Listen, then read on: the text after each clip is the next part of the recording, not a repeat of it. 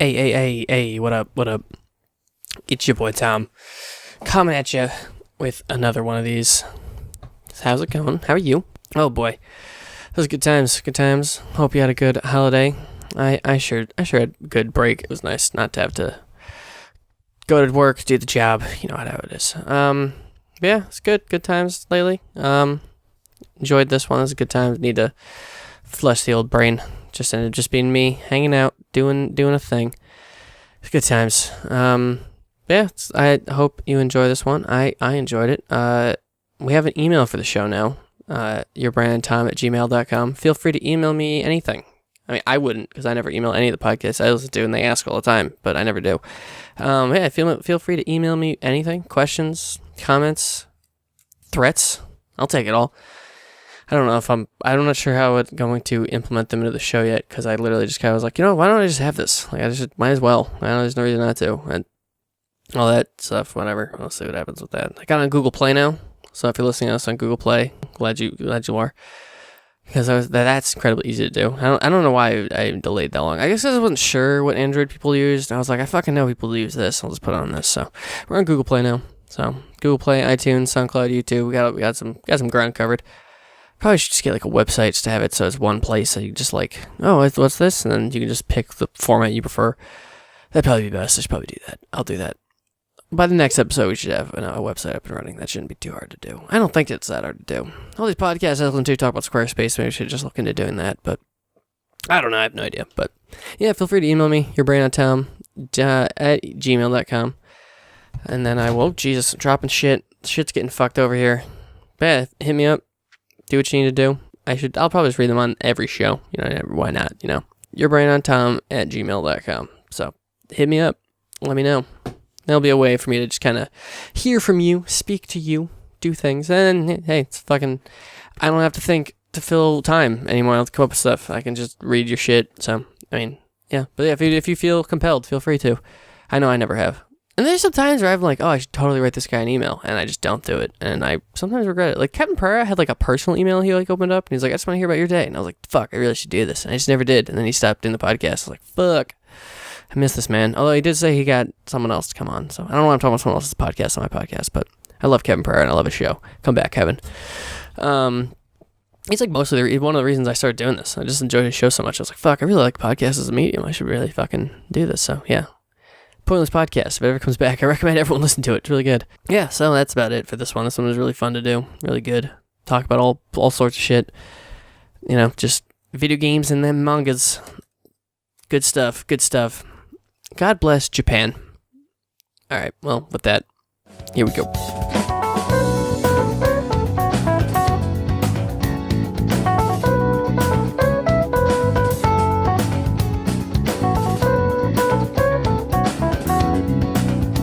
Hey, what's going on, everyone?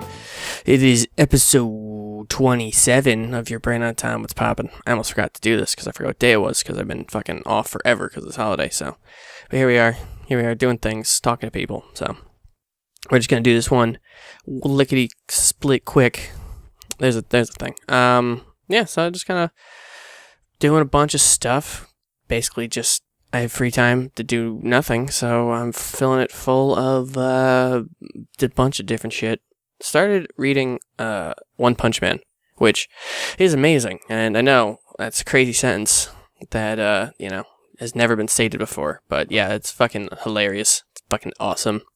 It's so weird that, like, the whole world is, like, a goddamn nightmare place, and, like, everyone fucking sucks, but Saitama is, like, the only one who can do anything, and but he just doesn't give a shit. Everything to him is super boring. Because what did I want? I watched a video about this? I think I watched a video about this, where they were talking about how the world of One Punch Man is designed around the idea of, like, extreme, not dedication, what did they use? Basically, when you focus really hard on one thing, like one of the first monsters you see is a guy who ate like too much crab, so he turned into a crab monster. Like, and Saitama is the best because he just became obsession. That's probably a better word for it. He was obsessed with just being the best, and so he just trained with 100 push-ups, 100 squats, 100 sit-ups, and running 10K a day for 3 years. And is now just, unbelievably strong, and nothing can hurt him, nothing can defeat him. And like that's really weird too. Is like he never has to like go the full mile, which is what makes him so bored and like so doesn't give a shit. He's like, yeah, whatever, I don't care. I'm just gonna fucking, I'm just gonna do whatever, and he doesn't give it. He is like just shows up and like finishes it off, which is the point of it being One Punch. But really funny that he is like, he is not like he's not a character that fits in this world. Like he is how do I want to put this? What's the best way to do it? Like, yeah, I guess it's like everything around him is like a typical shonen. Everything's very dramatic. Everything's very serious. And then he is the opposite. He just doesn't give a shit. He's just very like trying to get to where he needs to be, and like the whole like the hero thing, him trying to become a hero, because he's just basically he's doing all the like be famous and just have fun. But like the fun is gone for him. So it's like, all right, let me try to be like a famous hero now. I'm only like on volume 4, I think. The translation I'm reading is the what you call it? I think it's like the official Shonen Jump like release that like you see in stores at like that the Taco Ban or whatever the volume collections are called. I think it's that one. There's a lot of oh my god, the art's so beautiful. It's so crazy how beautiful it is. It's so pretty. Like every fucking spread is, or they do a lot of like double page spreads and stuff. So pretty. It's crazy too. It's just like then think where it came, because I accidentally downloaded the very first run of One Punch Man, where it was just one being absolute shit at drawing and just fucking trying and just doing like a thing on like, I want to say it was some kind of blog or something. The very beginning page is the artist saying he saw One's comic on Twitter, thought it was funny and reached out, and then they actually created like the actual manga that we have today that started like what everyone knows now. So I want to say it was like a blog or something, but I have like the first one of that, and I read a little bit of the very first chapter is like 5 pages or something. It's super weird, how small it is. And then, like I was reading a little bit of that, and it's it's amazing how fucking like just interesting he made this thing, and how funny it is for something like he doesn't actually like he just like I really got to tell the story. And he just fucking did it, and I think it's super cool. He's just like I need to make this happen, so he tried to figure out a way to make it go, and like it's super fucking awesome. It's so fucking cool. Oh. I'm enjoying myself with this one. It's crazy too, because the chapters are like anywhere between like some of them randomly are like 45 pages. Occasionally they're like most of the time I'm noticing like 36-ish, but I think that might also include like other things in the page. I don't think and it might still be like 26 actual like readable pages, but a lot of them they don't have what do you call it? Like it's not a lot of dialogue. It's a lot of like these big scaling battles and like crazy flowing just everything's like the like everything's being destroyed. Like the environments are crazily well drawn. They're so well done. Everything is so fantastic. Occasionally when like they draw Saitama in like the serious face, like he looks fucking awesome. Like everything's really cool and he's really detailed for something that's so simple too. His design is so simple, and yet he can like I forget the name of the artist that actually does this that does One Punch Man, but like just like he's so good. And I think he actually has a team who does like effects and stuff, which is noticeable because like the effects, like what was the one fight I was just reading? I think he was like something with, or no, it was when Genos and him fought. Like Genos did something like some laser beam attack, but like they were having like lens flares and shit in the drawings. Like it was so like high quality. It was so crazy. I think he might have an effects specific guy on the art team, because like the shit they're able to pull off is insane. And it's so fun. It's kind of like noticeably a parody too, because like what's the one character's name? The ninja character that keeps showing up. Something of speed of Sonic or something like that. I don't know. He's got some ridiculous name, but like it's just delightful. It's just adorable. It's so fun. Oh, I love it. I'm having way too much fun with it.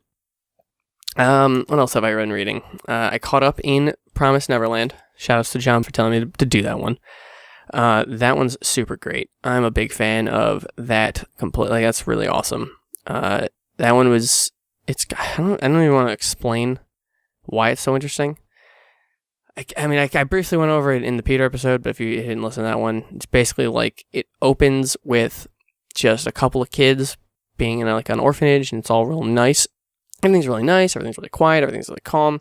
And the main character, Emma, is describing her life there. And it's, we got our warm beds, our warm food, loving family, our neck tattoos, and our perfectly matching white outfits. And then she goes back. She just says something else that's very, very, like, normal, very, like, pleasant. And, like, it's super interesting that, like, it's a super great first chapter. Even if you don't give a shit about to read it further, I really recommend that first chapter of Promised Neverland. I feel like the structure of it was so well done for something that I read an interview with the guy who did it, and he was saying that he really enjoys tricking his readers, and it's very clear that he's like very into like going one way. That's kind of where we're at right now. Well, that's the other thing too about that series was like the very beginning of it. Like once shit starts getting, once you start figuring out what's going on, which you really figure out after the first chapter. So that's why I don't really want to explain what it is necessarily until you get through that first chapter. Because the first chapter is super well done, super well paced. It establishes everything that needs to be established really well. It's a really well structured chapter. And then subsequent chapters after that, you watch as things start to unfold. And there is probably like a 10, 15 chapter like section of just no hope. Like things are just so shitty. Everything's going so bad. Everything sucks. And like it was crazy because I'm just not used to reading something that's in Shonen Jump that is so depressing for so long. Like a lot of times you get that, shonen manga where maybe a chapter ends and it's really sad, nothing's going well, and the next one, something happened that makes everything work, everything's better, or whatever like that. But it was such a long section of just, oh my god, everything is fucked up, everything sucks, everything's so depressing, and then things come back around. They come back around, everything's good again. But I was surprised how long this writer was like, nope, I'm just gonna push this fucking super depressing storyline as long as I can. Like right now, they're doing some really cool stuff with the world. Like the guy has designed a phenomenal world. That's like very interesting. I want to know more about what it is and like how it all plays together and what's going on. What's the history of this thing? Because you're led to believe in the first part that the history of it is one thing, and now that we're a little bit further in, we've kind of, what's the term I want to use? They've crossed the next threshold of information, and now we're learning that kind of what we knew previously is wrong. And I think that's super cool that like even down to just like what the history of the world is, this guy's like changing our expectations constantly, and he's just constantly making it just, it's a very interesting structural design. What else have I been reading? I jumped into Goblin Slayer just to give that a shot because I've been caught up in My Hero Academia, which not the most recent chapter, although fantastic recent chapter. The last like 3 have been really, last 3, definitely the last 2 have been super good. There's the one that was just villain-centric on like a highway. That one was fucking awesome. It was super well done. And then this one was very, very emotional, having a lot of kind of an aftermath type chapter. But I haven't been caught up in that, caught up in One Piece, which of course always going to be doing some cool shit. In the most recent one, they seems to be wrapping up, how do I want to say it? They're wrapping up, not the arc, but this battle that Luffy's been having with Dogtooth. They're wrapping that up in a way that I think is going to show like actual growth. Like it's not going to be a fight that's going nowhere. It's going to be a fight that once this is done and been like once everything goes through with this fight, I think we'll have a stronger Luffy, but in a way that like kind of like he's clearly learning from his opponents, and he's making it very clear that he's like, oh, I'm learning from, I want to be who he is, I want to fight him at full strength, but it's not going to be an unwarranted win. Because I've been listening a lot to that the pod Dcast with Best Guy Ever and Hypocrite. It's on YouTube, I think. I know it's not on iTunes. I've never noticed. I think it's only on YouTube, but occasionally I'll just put it on while I do other shit. And their concern is constantly that like a lot of this arc, like obviously the Straw Hats are fighting way above their pay grade here. Like they're, Big Mom is not something they should be able to beat. Clearly they're not going to be able to. The way they're going to get away from her is it's not going to be through outright combat. It's going to be something else. But Luffy's been fighting one of her crew members, Dogtooth, and he's like, so like the poster I have on my wall says Shanks is 1.1 billion, which I believe. But the guy he's fighting right now is a billion bounty. And I can't imagine he's higher. I forget if Big Mom has. She must have one that we've established. I don't remember. But like, there's no way Shanks is lower than Big Mom. I can't imagine. Like he's so like, of the 4 Yonkou, whatever the fuck they're called again. She's clearly got to be the weakest one. Like, there's no way that Shanks is the weakest one. I mean, maybe, but like, I don't see it being a possibility. But So that bounty's got to be wrong. The rest of the, I don't know. That bounty's got to be wrong. It doesn't seem right.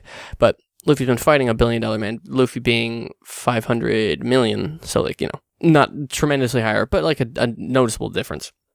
And, has been outsmarting him, doing things that are interesting Luffy stuff, where he's not winning necessarily by outright strength, but, he's learning stuff about him and how to fight him and stuff like that, but clearly understanding that he can't win the battle. So he's been running around for the last, probably 3 chapters or something, 2 chapters. But like, yeah, I also don't really want him to win necessarily just by punching harder. Cause like I don't want that to be, the always answer. The fights with Luffy, but he's, he solves a problem or he learns something in the battle, which is always really good. Like, it's always nice to see that One Piece never has fights that, no, One Piece never actually ever really has fights that are just won by punching harder. Like, a lot of times he is learning something about himself or how to be stronger as a fighter or some new technique in battle, and he grow, like, it's a way for him to grow. And he almost never, I can't even think of a time where he just, unless it was like a joke fight. So I've been kind of like, oh no, I don't really want him to win this fight, but it doesn't seem like he's going to. I think he's going to learn what seems like the direct fucking ability from this guy. And then, like, if he learns what he says he seems to want, like, what he's trying, because, like, they had a flashback with Raleigh, and he was like, you don't get stronger unless you fight stronger opponents, which makes sense. So I would assume that what he's going to learn here is going to be a way to, well, it'll be his next growth point. Like, he'll just be like, but like, it's going to be such a jump, and I'm super excited to see what that happens and where that goes, because it'd be cool to just have that in his arsenal.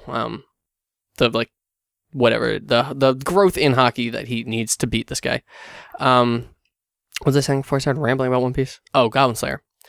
So I've started reading that, because I keep seeing it on A, everyone keeps talking about it. I was like, I'll give it a shot. And like, I noticed initially, and I looked it up, like, oh, it's only like 17 chapters. Sure, I'll read this. Each chapter's like 50 pages, though, so that's why it's so short. I was like, oh, okay, this is not like something I can just knock out in a fucking, afternoon. But like, the first chapter, although really cool, and establishes a really cool world, it's basically like a D&D world. Like, I think when she, the main character is not the Goblin Slayer himself. It's, I guess no one really has names. I guess her name is just Priestess. I don't think she has like an actual name. I don't know if she does. But this Priestess who wants to join the Adventurers Guild, and when she walks in the Adventurers Guild, they like give her like the form to sign up, and it was a character sheet. And then she like fills that out, gets that, and you have to get quests, and there's different ranks, and she's like the starting rank Porcelain. And she, I guess I'll just go over this first chapter like point by point, because it's so interesting. I don't know, it's super weird. So like, she joins with a party of like was a monk and I want to say like a mage and a warrior or something. And the mage and monk were female. This is important later. Then so they're going to go get a goblin quest. Super simple. Why not? Everyone starts killing goblins. So they go out and they, we start learning about these characters. We got 50 pages. We got a lot of time. We got a lot of places to cover. We have a lot of pages to fill. So, they're going out. They're doing the stuff. They're doing their shit. They're fucking talking. They're talking. They're getting to know each other. They're like, oh yeah, it'll be great. Da, da, da. They get into this cave where the goblins are. They're pushing forward. Like, yeah, this will be easy. And then turns out the goblins had like an alternate route. They come from behind. They start murdering the shit out of them. And each one of them, as they're about to be fucked up, like to no end, they have like a flashback of who they are and all that kind of stuff. And both the monk and, well, definitely the monk girl gets raped, and it was so fucking I couldn't even believe what I was seeing. Like, it was like, holy fuck, what is when? I mean, it's not done by Shonen Jump, Goblin Slayer. It is I can never remember how to pronounce it. It's that next step above Shonen, Shinin or something like that. But yeah, that was like so intense. All of a sudden, she just gets raped, and like they kept, before anything happened to these people, they would go to this flashback, and you would like learn about them a little bit, and it was like weirdly like just enough where I was like, I care about this person, and then you just watch something horrible happen. So that was like so fucking intense. And the warrior guy, his sword is too big for cave fighting, so he's hitting into the wall and stuff. He's not being able to hit these goblins, and so he gets murdered. And then the wizard chick, she she gets her clothes torn off, and then she gets stabbed with some kind of poison thing. But then, right as the main priestess girl gets hit with an arrow, a Goblin Slayer shows up, and he is basically guts in his berserker armor. He's never taken his helmet off. At one point, he sat down and ate, and he was eating through his helmet. So I don't even know if I don't really know what's going on, but yeah, he's very. The reason I kind of jumped on was because the aesthetic of his armor looked a lot like that one image of Guts with his berserker armor on, where he's kind of like on, not all four, he's on like his knees and his hands down, his sword's like across his back. So it looked a lot like that. This image I saw on the 4chan board for anime and manga. I don't know if I made that clear. So like I was like, oh, okay, I get the shot. I mean, it's very similar in tone, just like everything's like it's a fantasy world where everything's kind of fucked. So that's pretty cool. But then he shows up, and I can't remember if it happened in the first chapter or the second one, but he like as he's murdering the goblins, he's counting them off, and like the writer is doing really cool shit where like what do you have? He had like a sword. I think it was just a sword, and he stabbed like 2 of them.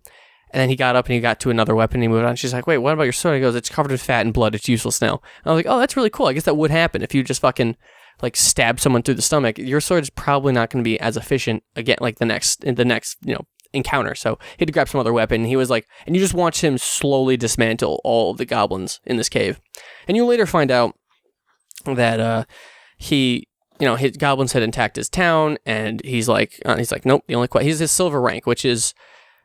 What was the ranks? It was like Porcelain's the first one, and that's the one that the priestess is Porcelain.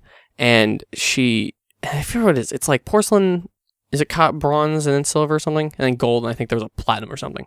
His platinum's come up a few times, like in conversation. So I think platinum's definitely the highest, but silver is like the highest rank that a normal adventurer could be. So he's a silver rank fighter, but he only does goblins, which is supposed to be like entry fodder. Just Porcelains do it. Like no one gives a shit. No one like above that rank even looks at those quests. Like so, but the goblins are rampant and they're everywhere. But they pay it pays like nothing, and it's like it's shitty. It's a shitty job. So a lot of people don't do it. But he's like, nope. This is all I do. All I do is goblins. I murder goblins. That's my job. And so they go over into his past a little bit. Like he hangs out with this one girl who he knew from his old village, and like I think he might live where she lives. She works on a farm. I think he sleeps at that farm or something. And so like they briefly go into his past, and like he watched his family get murdered by goblins, and so he's like I will eradicate all goblins, and like it's kind of cool. Like we go into a couple of times where we're seeing him do missions with the priestess. They've become like a party now, and. He's so methodical about it. He keeps track of each one that's there. He'll walk into a room. He's like, all right, there's one hobgoblin, 4 goblins, and there's a shaman. So and then he'll figure out. You watch him like quickly figure out like what the course of action should be and like how he does everything. And he talks about like you can't have a sword longer than whatever because they're constantly in caves. You have to be able to pay attention to the whole like when you're walking down the cave. You got to keep your eyes peeled for any kind of potential place they could flank you from, he's like at one point they throw there's a bunch of bones on the ground. He knocks those over. He goes, that's typical goblin trick, and he opens this like hidden hatch door with the goblin children. And he murders all of them, and like the main character girl is very like, no, don't kill the children, and like, oh no, like you're so like he's so brutal with all the goblins. But like in the very first chapter, we're established that goblins are fucking brutal, and like. Yeah, they should be dead. They should be eradicated. Like, I'm 100% on Goblin Slayer's side here. They all should be dead, which is actually his name, I think. That's the name that everyone calls him. I think he has a name that's like Orcsbane or something, Orcsbane or something, but everyone calls Goblin Slayer, so that's why I'm going to keep calling him that. But yeah, I'm 100% on his side. 100%. Fuck those things. They're fucking awful. Like, when the very first time we actually interact with them, they fucking rape a girl. Yeah, we can murder all of them. That's fine. They're done. We don't need that shit. So brutal. It was so, like, and I read it at work, too. So like, I've been reading fucking just typical shonen at work. I don't really give a shit. So I'm reading the first chapter. I'm like, oh my God, I can't keep reading this here. So it was so fucking crazy. So graphic. And another thing too, that's pretty cool is the most recent, I'm only like 6 chapters in, but again, they're like 50 pages. So like they cover a lot of ground. The most recent chapter I read, or at least most recent 2, I guess.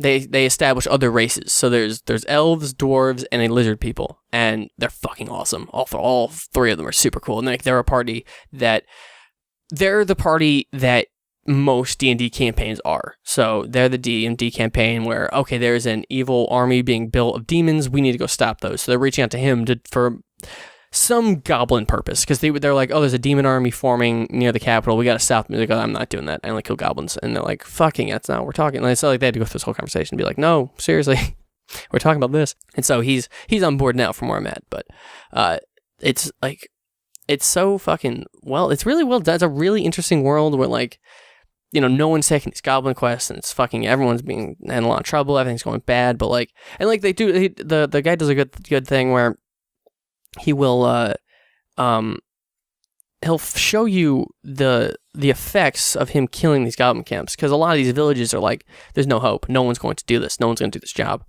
Everything's fucked. And so, but like the last thing he just did that I read, he destroyed a fortress full of goblins. It was like an old elven fortress or something, and he burned it to the ground while they were all trapped inside. And then it flashes to the village, and they see the smoke, and then, you know, one of the women's crying. She's like, and the daughter's like, why are you crying? It's like, oh, we're safe now. And it's like, it shows you the effects of what he's doing, and why what he's doing is a good thing, and what he's doing is really beneficial to the people of this world that they're in, which is, I think, is just really cool to actually kind of see the effects on the smaller people, because, you know, you get in these stories, and it's everything's super high stakes, high power, everything's crazy, and you never really get to see what it means for the smaller people. One Punch Man does this too, actually, where they'll reach in, show like quickly, like, okay, here's what's happening with the people. This is what, like, the effect of what he's doing, and how it's helping, which is, I think, really cool. I think that's really fucking cool. What else? Well, the new Pokemon game came out, and I'm probably going to talk more in depth with this with Nick on the show. He's going to come back. I don't normally want to mention a guest ahead of time, but we've already been talking about this for a while, so he'll probably be on soon to mostly talk about Pokemon. I'm not going to get crazy into it now, but I'll just kind of give my surface thoughts, I guess. It's okay. They fixed a lot of smaller things from Sun and Moon. I don't like Sun and Moon. I don't like the engine it's on. There's a lot of things that they do in Sun and Moon that I dislike. Something right down to simply not being able to fish at any point of water, or having to hit A to open a door. Like, small things like that. Obviously, you can't fix that shit, because it's within the engine of Gen 7. Like, that's just going to be there forever.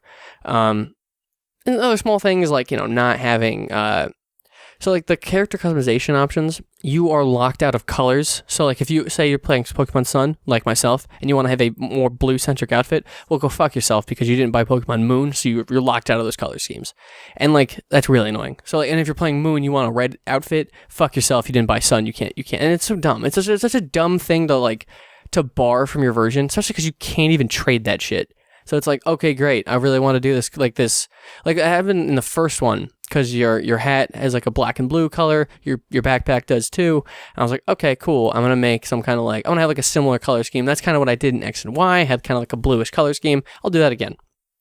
Nope, fuck you. You can't do it. You didn't buy the right game. And it's like, this is so stupid. Why would you even lock this shit out? Like, this is such a, like, what a great decision for them to do and allow customization, and then to fuck it up like that. Like, it's just a dumb, mundane, like, unnecessary way you fucked it up by just being like, oh, well, it's locked by version. Come on, like, what are you doing? Don't do this shit. I hate the trial system. I mean, nothing better than fucking like, what's better than a fucking gym battle? Like, why not? You know, why not have a gym battle? I love it. I love that shit all the time. It's mostly just like, and I guess it's similar. It's generally the similar thing, you know, whatever. But it's not. It's not the same. You know, I want the gym battle. I want the simple little puzzle, couple of battles, and then you battle a gym leader. There's cool fucking music going on. It's a cool fucking environment. Everything's awesome. You get to go and do it, and you win this fight, and you get to do whatever. And I just like that more than do this larger scale puzzle and then fight one thing. I guess, sure. I mean, more or less it's the same thing. It's a puzzle and a battle. Like, it's structurally the same, but it's not aesthetically the same, and I dislike that. It's and I get it. It's kind of like with this theme of Aloha, where it's like all kind of natural, and everything's more on the leaning towards the natural side, as opposed to like a Kanto, where it's far more on the industrial side, more technology focused. It's Aloha is the opposite. Even though, and that's kind of where like the villains come in, with the Aether Foundation being like this technology group coming into a natural civilization, and the repercussions of them going too far into science. Whereas whatever, and you get like and I guess Team Plasma to some extent, where they're more on the natural side of like the extremes of like free all Pokemon. So you get kind of that both, that ebb and flow, that thing. So it's not the end of the world. They've changed a few things. I feel like they rebalanced, retooled a lot of it, which is good. I think that's really good. Of course, in these third ones, they always do the nice thing where they spruce up the Pokemon spread in regions, or in zone or routes. So instead of having, it's like, maybe this is just also something stupid that I should stop doing, but like whenever a new Pokemon game comes out for the first time, so okay, your X and Y, your Sun and Moon, not the second one to come out, and that, I guess X and Y is a bad example because I never got a third spin-off game. So like a Black and White 2 situation. That very first one, I exclusively only use Pokemon of that generation just to get a feel of what the generation's like. Let's see what's going on. And I generally just go with a simple,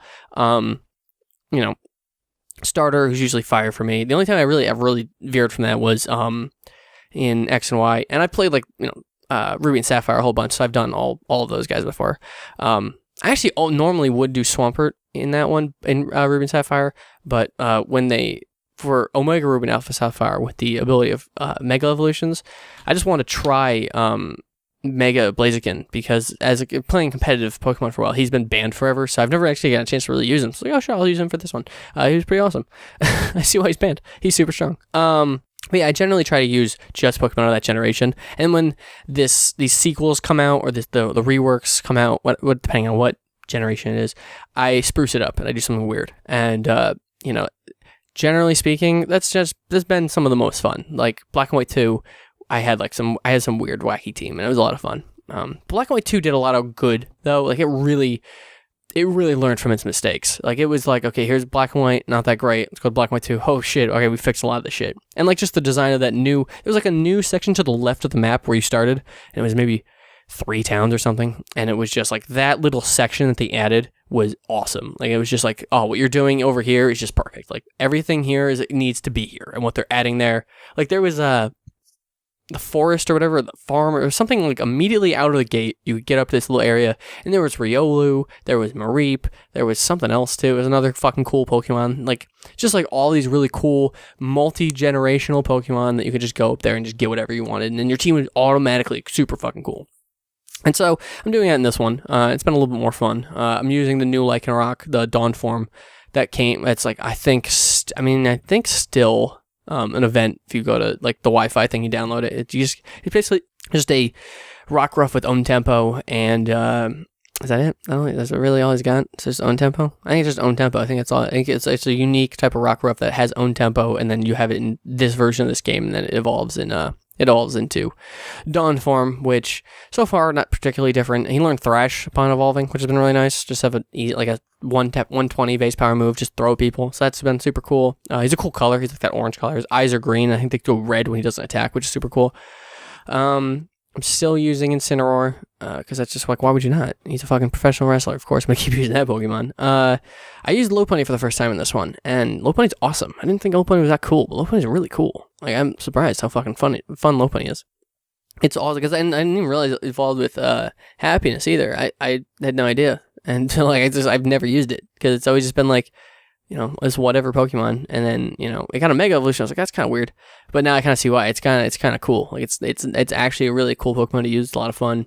It learns Return upon evolving, which is awesome because it evolves with friendship. So it just automatically is this really fucking powerful move, which is super cool.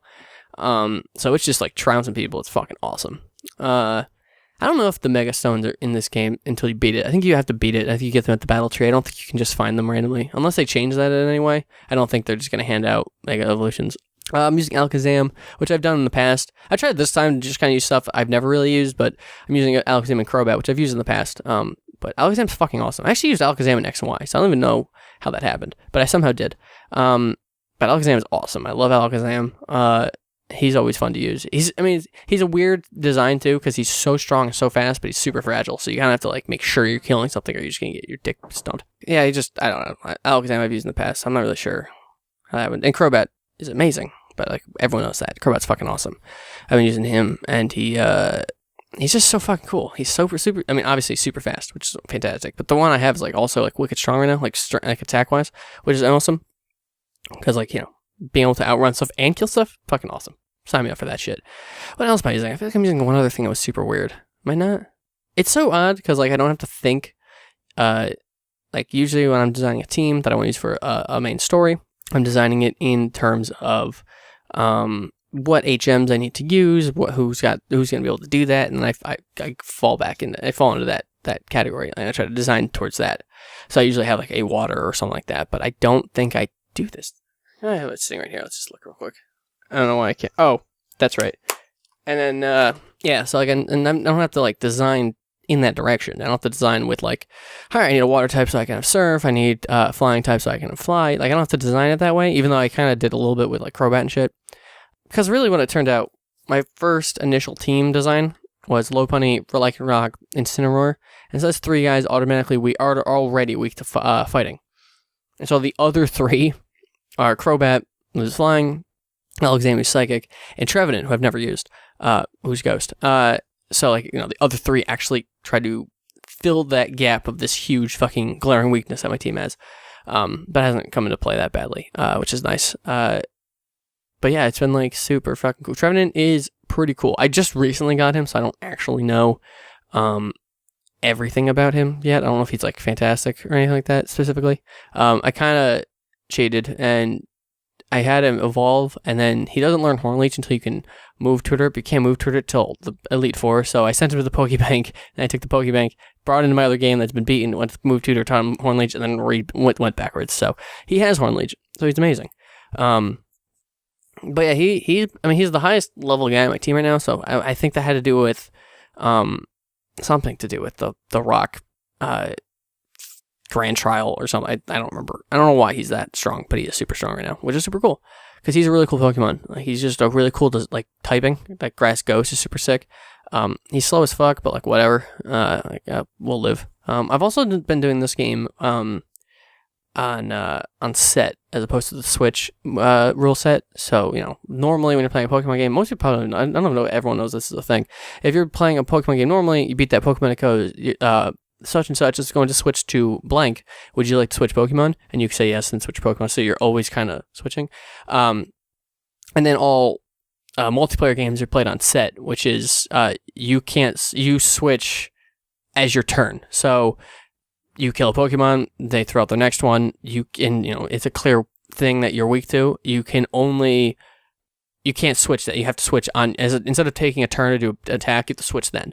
So I'm playing the whole thing on set, which has been a lot of fun, actually. It's been a lot of fun. And of course, I'm turning off EXP share because like that thing is fucking insane. Like EXP share is crazy. Like I never turn that on, even though it generally keeps all your shit like at the same level, and you can kind of whatever. It's too strong. Like, and I'm kind of this finally actually I'm on the 3rd island, and I'm only just now noticing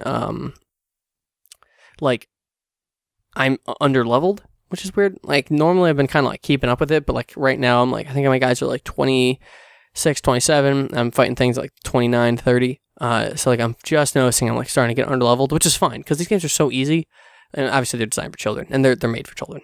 I shouldn't even be talking this intensely about a fucking children's game, but I'm going to. For someone who's trying, they give you the option though. You can turn off EXP share, you can put on set rule set, and it becomes a little bit more a challenge. They send out a Pokemon, you gotta go, okay, they got blank. I like set more just because like you can, being able to do a safe switch is the best feeling in the world.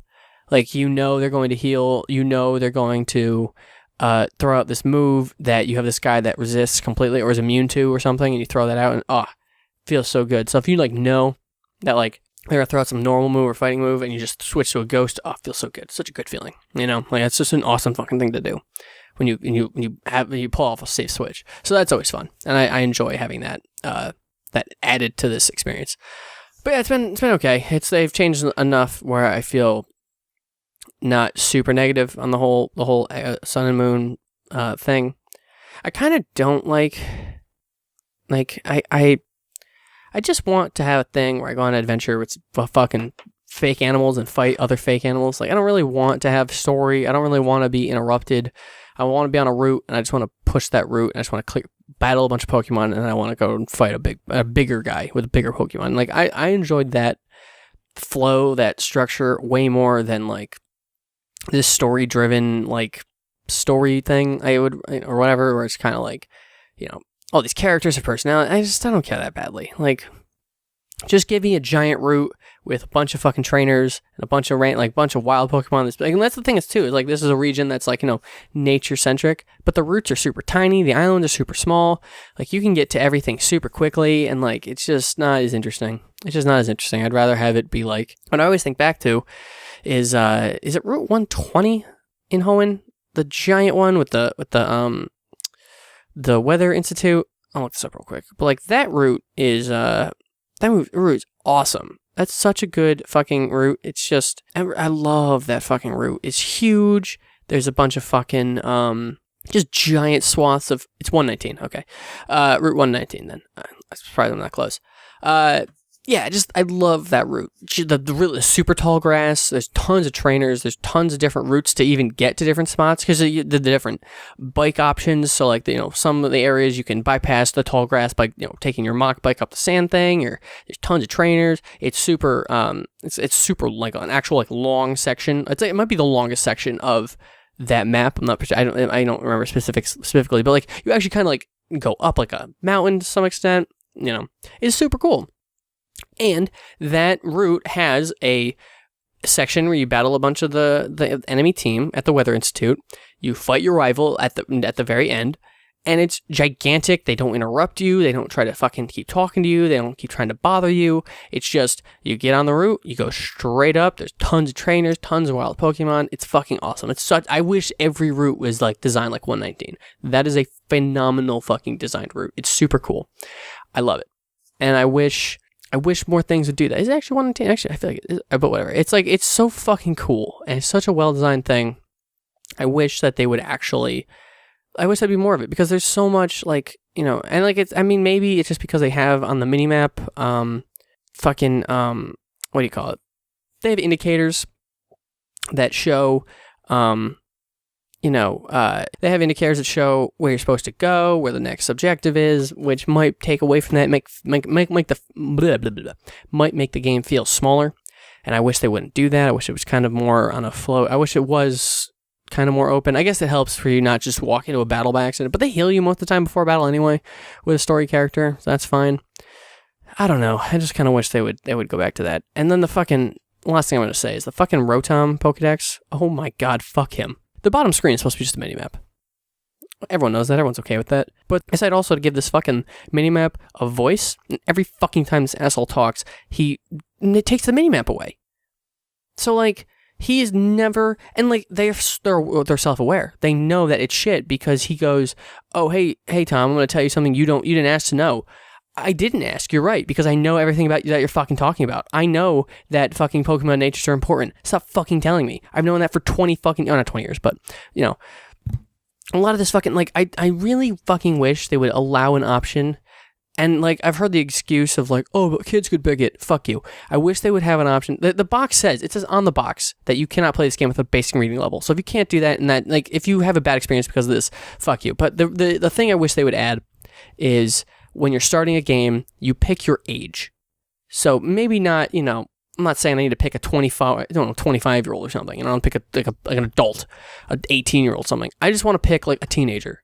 And when picking that, it can say, you know, put up a warning, there was no tutorial with this age. This age is assuming that you've done this before. And I can just bypass the bullshit. And this Sun and Moon still has a like 2 or 3 hour tutorial. You know, like, they don't fucking let go of your hand for hours. And it's super boring. It's super annoying. And, like, you know, a Pokemon game I should get and be playing for days straight, I can barely get, you know, the very beginning of the game, the very first moments, I'm like, I don't want to play this. I don't need to be told how Pokeball works. Again. I don't need to be told, you know, how natures work, how important items are. I don't give a shit. I've been doing this forever. I don't need this. And there's no way to bypass that. And I wish there was some kind of way to just get past that nonsense. Because it's so annoying. It just doesn't end. It's constant. It is such a pain in the dick. And I wish they would not do that. I wish they would go past. They would not do that because it's fucking annoying. But yeah, with that, I'll stop with that part because I don't want to get too into Pokemon. Because I will have Nick on soon, and then we'll go crazy with talking about that. Some other game things I've been doing. I've been playing a lot of not a lot. I'm trying to play more Danganronpa because like the problem with that is I don't play it for like a week, and then I play it for like 6 hours straight, and then I get to the trial and I forget the fucking buttons, and so I struggle through the trial sometimes, like, because you have, like, a little health bar. That's really the only time you could fail in this game. And I struggle because of the little health bar, whatever. I take a lot of extra damage I don't need to, because I literally just forget how to do certain mechanics. Like, I only recently learned how Hangman's Gambit works. And I was like, oh, alright, this is super easy. I didn't know. Because the first time it shows up, what was it, Trial 1 or something? Trial 2, maybe? It was Trial 1, because I also had this problem in Trial 2. So, like, I did Trial 1, and I spent, I didn't play for a week or two, and then I got back to Trial 2. I was like, good lord, I got to Trial 3. I was like, I literally can't even remember how to do this. I remember having the same problem. I've already been in this situation. I've been here once before. So, I'm going to try to play more.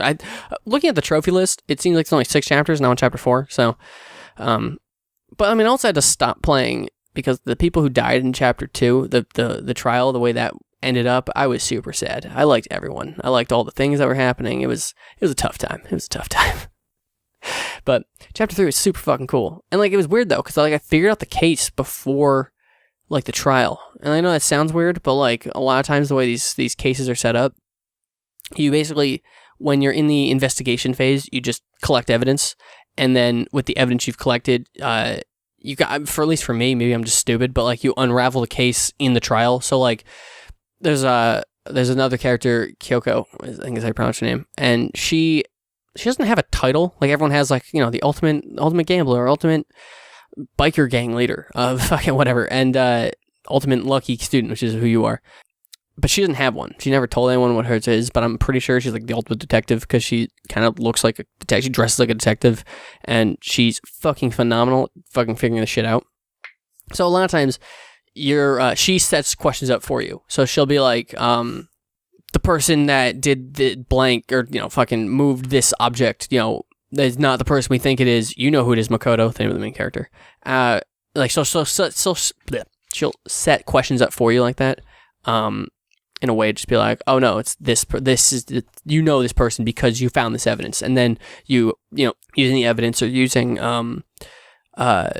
just aspects of what you are doing, it lets you figure out what's going on. And, or like, you'll sometimes you just straight up, like, display evidence. You're like, oh, it's because I found this. Or sometimes you have to do a weird mechanic or whatever and figure that out. But, usually I'm unraveling the case as working through the trial. Like, I have a general, like, idea of what direction things are going in. But with Trial 3, I figured out majority of it immediately, and my hunch was correct. Like, I was convinced that, one character was an accomplice, this character that everyone thinks did it had nothing to do with it, and I think it's this other character, and I was 100% right. And I thought it was really weird, because, like, I was like, oh man, like, I guess the evidence was just super clear, and, like, I kind of just figured it out, like, but that having 100% figured it out actually fucked me in the trial, because I knew what I wanted to say, but I have to say it in the game logic, and using the game mechanics and the different little mini games you have to play to convince the other people that this information. So I kept trying to be like, oh no, it's this, or I would be like, well no, I clearly know it's this. I just like one of the things you had to do was this Hangman Gambit, which is like, it's basically like a word fill in, and so there's like a couple letters and then mystery letters, and I just didn't realize you have to go in order, so I'm like shooting out letters that are like different. So like it was like wristwatch was the word or whatever, and so like obviously you start with I, because it was WR were filled in, you have to go IS and then WA or something like that, or something like that. I forget. You have to like fill in, but you have to do it in order, and I didn't realize that, so I kept fucking that up. So some simple stuff like that. I'm like, I know what the answer is. I know what I'm trying to tell these people, but I keep fucking up the mechanics because it's just I haven't played in a while, and I just keep forgetting. But I guess it really is a testament to the game, because I was never upset that I had to like fucking be like, all right, let's try this again, or fuck, I fucked this up, all right, let's do this again, or fuck, I can't believe I took all this damage, but whatever, who cares? Just keep going. We gotta solve this case. So I was like really invested in the whole thing. And luckily, the characters that died in this one, I didn't particularly care that badly about. I didn't super care. It was like, it was good, because if I had to do that a second time, although they have like splash images when chapters start, and they have characters on them, and so far they've seemed relevant in some way or another. Even if they're not necessarily the one that dies or the one that's involved with the murder, they show up in a story reason. There's a purpose for them on being on the splash page. And the one girl character I like a lot, she showed up on this splash page, so probably not the best news. I don't like the fact that she showed up. That'll be heartbreaking when she either dies or murders someone. That'll be really tough. But whatever, it's fun. It's really fun. It's really fucking cool. Talking to all these characters, getting to know everyone. Like, the trials are super cool. Like, working out the trial, working out the case with everyone. It's very cool. Because it's like a round table thing. Like, I don't know, what would you call it? Like, everyone sits around. Everyone's in a circle, and we basically just, like, it's like a nonstop, like, argument back and forth and trying to, like, find flaws in people's arguments and, like, or inconsistencies or whatever. Or someone will say something that they think is right, but you have evidence to prove that's not right and whatever. And it's all stylized in a very cool anime way and stuff like that. It's a lot of fun. I greatly enjoy just all of it. I think it's super fucking cool. I'm a big fan. I'm looking forward to getting through all of them and just kind of seeing what's up and how it all plays out, because it's super cool. I'm enjoying myself a lot with that one. I can't wait to see that. I don't know how the second one ties in, so I'm excited to find that out. I might actually read the light novels, because I was looking on the Danganronpa subreddit, and they were talking about the proper order to do everything in, and that's Danganronpa 1, 2, Ultra Spare Girls, watch the third anime and play V3, which is not relevant to this timeline, but is that game that's you don't play that in that order. But there's Danganronpa 0. There's another light novel I forget who it's about. The character's name is in the title, I think. But yeah, it's like all that shit, which I just like the world. I think it's very cool. Some of the stuff that gets revealed at the end of every chapter, super cool. I like to see how that. And another thing too is like something cool happens at the end of a chapter, and then it's actually not. It's actually this instead, and I think that's pretty fucking cool. So I'll definitely be doing more of that shit. Because that game's fun. That game's a lot of fun. I didn't think I'd like VN so much, but I really do enjoy them. I mean, I guess I liked Persona 5, or just Persona in general, but I'm staring at the Persona 5 poster I have in my room, so that's why I'm saying that. But like, I enjoy that aspect of it, I don't mind walking around an area and talking to just characters and learning about them. I think that's a lot of fun. I was actually talking to someone, and I had mentioned, we talked about Persona 5, and they asked, is it all voice acted? And I was like, no, it's actually not. There's like barely any that's voice acted. Like, it's just like main story cutscenes. I'm like, that's so weird. I'm like, is it? I guess so. Like, I didn't really think about it. And like Danganronpa is barely voice acted. It's just the trials are all voice acted, and some big scenes, and like they all have like they'll have like a noise they make. So like when they start a sentence, they'll say something like the biker gang guy. He'd always be like, "What the fuck?" Like that was his. So he'd say that, even though it's not in his that would be like the indicator that he's now talking. Kind of, his picture shows up too, but like they would do that all the time, and it's fun. So, but yeah, I thought it was super weird. I was like, oh no, you're right. It's not. It's like there's no voice acting really. Like when you do all this, like these social links. Besides the first and the last one, there's no voice acting. So that's I didn't really think about it until he brought that up. Over what I forget what it was. I think it was my cousin. I forget. But yeah, it's super weird. And like, yeah, I don't even mind. It's like not really voice acting here. I mean, I was playing, I fucking keep preaching the good word that is Digimon Cyber Sleuth, the best fucking Pokemon game in the last 2 years. That is all in Japanese. Like, there's no English in that game. Even the dialogue in the boxes is wrong sometimes. Like, sometimes the answer for the first one is too long, bleeds into the answer of the second one. So like, when you're selecting your answer, there's the top answer, bottom answer, and there's the same answer, but they have different, effects. So you hit the bottom one, it's gonna do something different than you hit the top one, but you can't even see what the bottom one is because the translation was not formatted correctly. So it's super like weird stuff like that. Like that game barely came out in this country, and then like there was a bunch of like fans, Digimon fans, are like, no, we fucking want this game. So like, it was like a last ditch effort. We're like, all right, here you go. We got it. Buy it if you like it. And it did really well. So doing the second one. But yeah, like that's super weird. Like this is like this weird thing that like they didn't have time to go through all the stuff that they needed to go through to release this thing. So, but it's super fun. It's a super good game. Like it's actually the best Pokemon game in the last like 3 years or so. Whenever Sun and Moon came out. So like, I forget that game came out in like, I don't remember. But like, yeah, like, actually no, Cyber Sleuth came out early this year? No, early last year? It came out like really early in the year. I thought it was super weird, but whatever. Regardless, it's the best one. I should actually beat it so I can play the second one because I was in the middle of playing a lot of it, And I was like learning the systems of Digimon. I was like, this is so fucking exciting, so cool. I see how this works. And then I was in the middle of my Final Fantasy playthrough, and I was like, fuck, 15's gonna kind of come out. Still got it through 12 and 13. You know what? Let me just stop playing Digimon and I'll jump into 12, which is not bad. I love 12. 12 is an awesome game.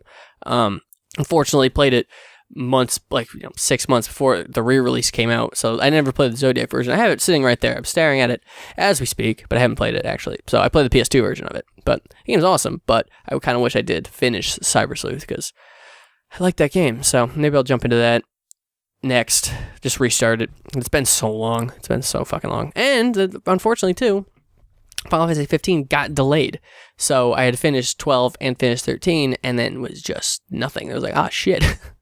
I guess I just play more 14. I don't know what to do. I was actually playing the 14, which is an MMO, so it wasn't like on my necessarily hit. Like I had 11 and 14 were there. Like I've played a lot of 14. I've never touched 11, but I don't really want to play 11 either. So I played all of them but 11. So whatever. Remove my cred, or if you so please. But yeah, so I was like, okay, so I just want to get through these games and not worry about whatever. And so I got through 13 and said a bunch of fucking extra times. I thought 15 was initially going to come out. I forget when. I had an initial date and they delayed it. Oh, it was going to come out in was it November? No, it came out in November. It was going to come out in September, and then they delayed it. And so I was like, fuck. So I actually, I didn't have to rush 12 and 13. Because 12 only took this is going to sound crazy, but a month to beat. It sounds crazy, but yeah, it didn't take that long. So I could have delayed it. I forget how long it took me to beat 13. And that's obviously not a month straight playing. I just found out that I have 1,500 hours in my main WoW character, because I started playing that again. But obviously, that's not just constant. There's a lot of just idling. There's a lot of me just sitting in a city and walking away from my computer for hours. So that happens. And I've been so bad at that game forever. I don't ever, a lot of times me playing WoW, it's not me accomplishing anything super serious. I'm not raiding. I'm not getting up ready to grade. I'm like, I want to finish this zone's quests. I just want to fuck around the world of Azeroth. I was thinking about it recently too. I think you could drop me in any specific area and I could find my way to any other area. So if you're drop me off wherever and be like, go find Orgrimmar. I could get to Orgrimmar from where I was without teleporting or whatever. I think I could do it, because I'm so familiar with that world now. I mean, they've changed a few things aesthetically with Cataclysm, but even that I think I'm pretty comfortable at this point. Backing's so fun. It's so weird how much I enjoy this game. I don't even really play what people enjoy. That's the weird part about WoW for me. I don't really even do the raiding, which I've done and I've enjoyed, but I don't have that's not why I play the game, which is weird, because that's why majority of people play the game, but that's not why I'm there. And it's weird. Right now I don't even have a guild. I keep declining invites, because of course if you're fucking not in a guild, you're getting spammed with invites. I decline all of them. I don't even care. I don't want to play with one. I don't care. I just want to fucking play WoW and just play it the way I want to play it. Right now I'm just trying to fucking get flying unlocked, so I gotta finish Ceramore, because I didn't even come close. I think I have 3 or 4 quests left in Ceramore, and then I gotta go to the Broken Shore, and then I gotta fucking go to Argus, which is super cool. They added an entire region. They added another place. There's 3 other zones on Argus that I can't wait to go and just see, and that's super cool that they do that shit. I love WoW. I love what they do. They're such a great company. Blizzard. I was realizing the other day that all I play is Blizzard games. I have a Blizzard launcher open all the time, and I'm either playing Destiny 2. I jumped into Overwatch a little bit last night, and I play a little bit I play WoW every once in a while. I'm just wow. Right now I'm if I'm playing on my computer, I'm playing a Blizzard game. I'm going through the Blizzard launcher, which also super weird. I had a weird glitch where I had to reinstall everything. The games were installed, but I had to re-finalize the installations. So Destiny 2, I couldn't boot up. It was really weird. And I'd sit there and it was sitting on finalize forever. I was what the fuck is going on? Why is it being so weird? So I just went into the file, opened up, I found the Destiny 2 exe, opened that up, and it actually told me to quit out because I opened it not through the Blizzard launcher. I didn't realize there was a way to prevent that. I didn't know that you had to go through the Blizzard launcher for all this shit. I didn't know that. So you can't open, even if you know where all these games are, in your computer, you can dig through your files and find this shit. You can't actually open the game. I didn't know that. So that was super weird. I didn't know that was the case. Super interesting. I guess I don't even know why they would prevent that. I actually don't even know what that would be for. But yeah, you can't and that's super weird too. Because I remember back when you just do add-ons back in WoW, you'd have to know what folder they went to and fucking make sure you throw it in here and just do all this. It was like way complicated. Now you have Curse Client, you boot it up, you hit fucking update all, and you walk away from your computer. It takes like 10 seconds or whatever. Where it used to be like a fucking afternoon's endeavor when you're updating like 35 add-ons. You're just like, you got to go through and like, oh fuck, someone to update. All right, let me go into the fucking text file, change the version that this add-on can register. Because like the add-ons in their coding, it'll show, like, you can open the text file and you get to see that's like this add-on is for patch, whatever 4. No, when I was doing this, it wasn't back in Mist. It was like 2.82 or something, like whatever. Did it go up to 8? Whatever, 2.5. We'll say that. And so you're like, all right, this thing's for that, whatever. Or like, let's say for example, it's like, all right, this add-on's for 2.2, but we're on 2.5. So you can go in there and you just change it to 2.5, but it would say 2.2. You change it to 2.5, and it'll boot up. And like whatever, and it would work. It was nice. And like I just was going through some of my add-ons. I forgot that I added Swatter, which just removes the error pop-ups when an add-on breaks. So I was like, because I was so annoyed with trying to update add-ons, I'd fuck it up all the time. So I have this add-on, and I've had it for years. That is literally there to just be like, fuck this. I don't want to deal with this. Like I don't want to see the fucking broken errors. Because that's how much people fucked it up. That someone had to make another add-on that was like, I'm going to make it so this big thing doesn't pop up in the middle of your screen. Which never even stopped you from playing. It was just this big thing you had to mouse over and hit close. Like it was just in the way. So like, I was like, no, fuck it. I'm just gonna get this add-on that removes that. Like I don't even think errors pop up anymore. I've tried actually go into the Swatter like log and see how many times it's active since. Because I bet it's never. Because it never happens. Because now things update automatically. And it's like super easy and super not difficult. So whatever. It's good times though. What else do I want to talk about? I guess I'll talk about the last thing I'll talk about is So I rewatched the Power Rangers movie. Not the new one. Please, God, no. That movie's fine. I actually don't even hate that movie that much, but the 1995 version. Because as those of you who are long listeners have known that I fucking am going through all of the... I'm going through all of Power Rangers. Because I love it. I love it so much. I loved it as a kid, and it's kind of like a retrospective. Like, I want to go back and look at this, because I enjoyed this a lot as a child, and I still enjoy it now. Similar to the Final Fantasy thing I was doing, where I'm like, I'm just going to do all of this. And so I got through the movie. I love that movie. It's so bad. It's so corny. It fucking never stops, though. Oh my God. That movie, holy shit. It is an hour and a half, and it is a tight hour and a half. They do not waste a fucking second. It's crazy how fast it moves. It's just like boom, boom, boom, boom, boom, boom, boom, boom, boom. We're doing this, we're doing that, we're doing this, we're doing that, we're in this fight, we're doing that. It's fucking so quick. And it just blows right by. It's such a fucking easy watch. The CGI is fucking terrible, but it's 1995, so what can you really do? The suit changes, they changed their suits. Not a fan. They add powers to the suits. Like the Red Ranger has like a scanner. The Yellow Ranger has like floodlights on her helmet. I'm not about it. But yeah, it's like super fucking fun. It's a fun, goofy movie. I've seen the Red Ranger suit from that movie. It's in Disney World. And I mean, it used to be. I don't know. It's been a couple years since I've been there, but it was in Disney World. Like, I didn't have an iPhone. Like, I didn't have like a smartphone when I saw it. I used to have a picture on my old like flip phone of this, the Red Ranger suit from the movie. It was all like damaged and stuff from like the little explosions and stuff. It was really cute. But yeah, movie's a lot of fun. I'm surprised how much I know of that movie. Like, I can almost quote that movie like word for word. Like, things were happening and I would like say them and it would happen in the movie. Like, oh my God, I feel like I've seen this movie like forever. I haven't watched it in forever, but I watched it a lot as a kid, so I think it's just like ingrained in my head. There are songs from the movie that, that's when I hear them in real life, I'm like, oh my God, it's the Power Rangers movie. Oh my God. Like, I Got the Power. I don't know who does I Got the Power, but like that song, that's what I think of the Power Rangers movie when I hear it. And like I was walking through the mall with Ben because he would do a Secret Santa thing. Ben was gonna be on. We're gonna have a show with Ben on this one, but like times were short. He had to do a lot of homework and shit. So I'll hit him up when he comes for the end of the year. But yeah, like we walked in like a Hot Topic and they're playing. I was like, oh my God, this is amazing. I'm so happy. It's amazing. I love it so much. But so I started watching the show again because I knew the movie came between season 2 and season 3, so I jumped back into the show now. And I didn't realize how much of, because when I was a kid, I always thought the movie was canon. And then I had worked with a guy who's super into Power Rangers. He's like, no, actually, it's not canon because he gave me a reason. I forget what it was. And I think now I know what it was because I'm now watching the show and I see that they just reuse the shit. Like the fucking Tanga Warriors that Ivan Ooze creates out of his spit. they're in the show. It's like they have like a different reason they showed up, but they look like the Eye of News. They're the same costumes. So they had these extra costumes around. I'm like, fuck it, let's use them. The Ninja Zords, I didn't realize that they were not, I always thought they were non-original, but they actually are, or they were original. They weren't, they didn't come from a Sentai, but they actually come from what will be the Alien Rangers arc, which is like a 10-episode miniseries that connects Mighty Morphin and Zeo. And the transformations they use are where the Ninja Zords come from. So their suits are that equivalent. So they don't play into this.